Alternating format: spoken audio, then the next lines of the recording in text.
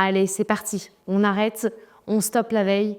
Maintenant, il est l'heure de montrer la correction. C'est une proposition de correction. On est sur un exercice de veille. Vous avez fait des recherches qui sont propres à chacun, à chacune. Il suffit juste de comprendre si vos recherches sont pertinentes avec les objectifs que vous y étiez préalablement fixés pour répondre à cette veille informationnelle. Je vous l'avais dit, compte rendu ou note de synthèse, c'est le plus important.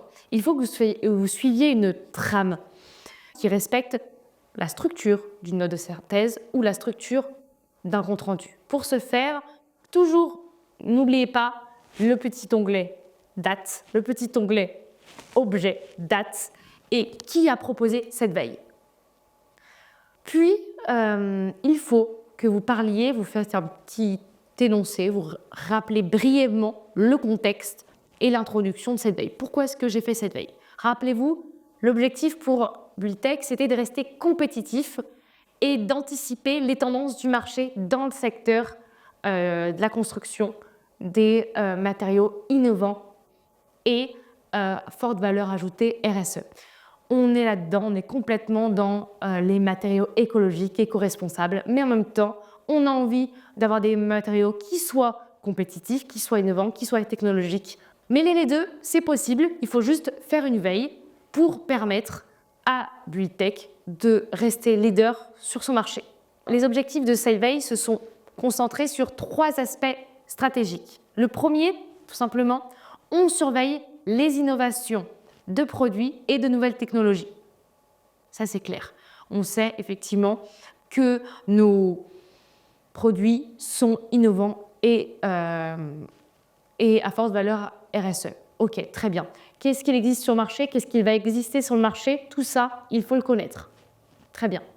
Donc, on regarde les nouvelles normes, les nouvelles lois, on regarde ce qui se fait sur le marché. Ok, on se concentre sur nos matériaux. Deuxième objectif, on essaye d'anticiper notre concurrence. Vous savez, on est présent sur 4 villes, rappelez-vous, Paris, Lyon, Clermont-Ferrand et Bordeaux. Très bien. Qu'est-ce qui se passe dans ces villes-là? Qu'est-ce qui se passe chez nos concurrents? Anticiper un petit peu la concurrence. Ok, très bien. Troisième objectif, analyser le comportement d'achat. Pour ce faire, il faut absolument respecter la méthodologie. Rappelez-vous, le pas à pas, il est super important dans la vidéo précédente. Très, très important, respectez-le.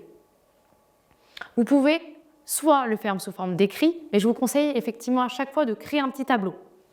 Le tableau, on répète les objectifs de veille, les sources d'information et les justifications. Qui peut nous aider à faire notre veille? Quels sont les sites? Quels sont les logiciels qui peuvent nous aider? Je vous donne des exemples. Google Alerts peut vous aider à répondre à votre objectif de veille.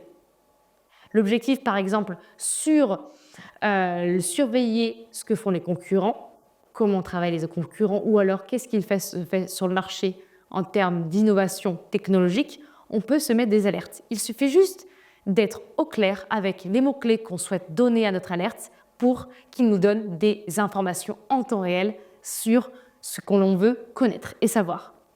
La deuxième source d'information qu'on peut avoir, c'est effectivement des sites spécialisés. Typiquement, Construction 21 et Bâti Actu sont 2 sites qui sont spécialisés dans le secteur de la construction, qui donnent des articles qui sont vrais, qui sont véritables. Pour ce faire, il faut juste que vous soyez OK, que vous regardiez si ce site est bien un site officiel, qu'il respecte, qu'il soit un site qui soit aussi professionnel et qu'il vous donne des informations pour enrichir votre veille. Troisième source d'information, eh bien les études de marché. Les études de marché sectorielles, c'est qui, par exemple? C'est quoi? Ça peut être Xerfi. Xerfi peut vous donner des études sectorielles sur les études de marché. Quatrième source d'information, les réseaux sociaux. Typiquement, LinkedIn est un réseau social qui peut vous aider à enrichir votre veille. Typiquement, chez Buildtech, qui peut être un acteur de référence, qui est un concurrent, un gros concurrent d'ailleurs de Buildtech, Lafarge. Lafarge a un LinkedIn. On va sur LinkedIn de Lafarge et on regarde typiquement est-ce que Lafarge a mis des informations des dernières actualités sur ses innovations, sur ses matériaux, est-ce qu'il a fait une publicité, est-ce qu'il a mis en place des choses. Voilà, donc ça typiquement Lafarge peut le mettre en place. Pour ça, on remet nos objectifs de veille, nos sources d'information et pourquoi est-ce que j'ai choisi cet objectif de veille avec cette source d'information. Il faut que vous soyez cohérent dans votre démarche. Ensuite, une fois qu'on a cherché nos sources d'information, on va analyser et collecter de l'information. C'est-à-dire qu'on sait où on va chercher l'information, maintenant on va chercher qu'est-ce qu'on va chercher. OK? Et comment le faire. L'information, on va la collecter via nos sources. On les a mis préalablement, donc on les remet dans le tableau. Puis là, on va chercher des articles. Puis, quand on se trouve, par exemple, on cherche une information, on trouve un article sur Google Alerts ou sur Bâti Actu, par exemple, un article qui s'intitule « Nouveaux matériaux de construction bas carbone disponibles ». Les nouveaux matériaux de construction, c'est notre source principale, notre objectif principal. L'information collectée est importante, elle répond à notre objectif, elle a une utilité pour Buildtech. C'est exactement pareil pour Google Alerts, qui est une source d'information qui peut vous donner des informations, typiquement la promotion sur des matériaux isolants écologiques chez un concurrent à Paris. Vous trouvez cette actualité-là, c'est parfait, ça vous intéresse. Pourquoi? Puisque Paris, c'est une ville où vous êtes présent, parce que la promotion sur les matériaux isolants écologiques chez un concurrent, typiquement, répond à votre problématique initiale. C'est une importance haute. Vous classez vos importances et vous donnez une solution derrière.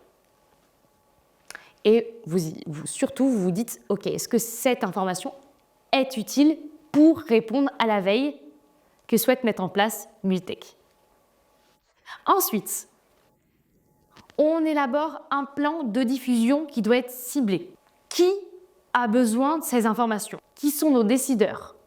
Je fais un tableau de bord hebdomadaire, par exemple, pour fournir des informations, une vue d'ensemble à nos équipes, par exemple, de vente. OK? Nos équipes marketing. On détermine quelle est l'importance d'être informé pour ces services-là. Très bien, notre équipe de vente vend tous les jours nos produits.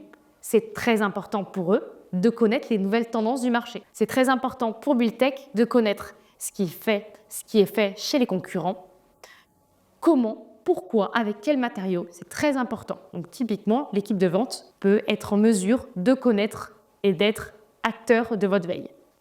L'équipe marketing, pareil, également. Pourquoi? Parce que vous communiquez à travers ces informations, donc l'équipe marketing doit être informée des nouvelles solutions que vous trouvez dans votre veille. Ensuite, une fois que vous avez trouvé qui va être votre cible pour proposer votre veille, vous allez rédiger et présenter le dossier. Je vous invite encore à regarder le petit tableau qui vous permettra de mettre en place cette veille.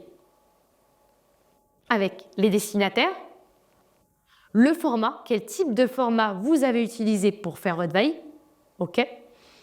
La fréquence, est-ce que c'est quelque chose que vous allez lancer de façon hebdomadaire, de façon mensuelle, OK. Et pourquoi? Qu'est-ce que vous allez diffuser?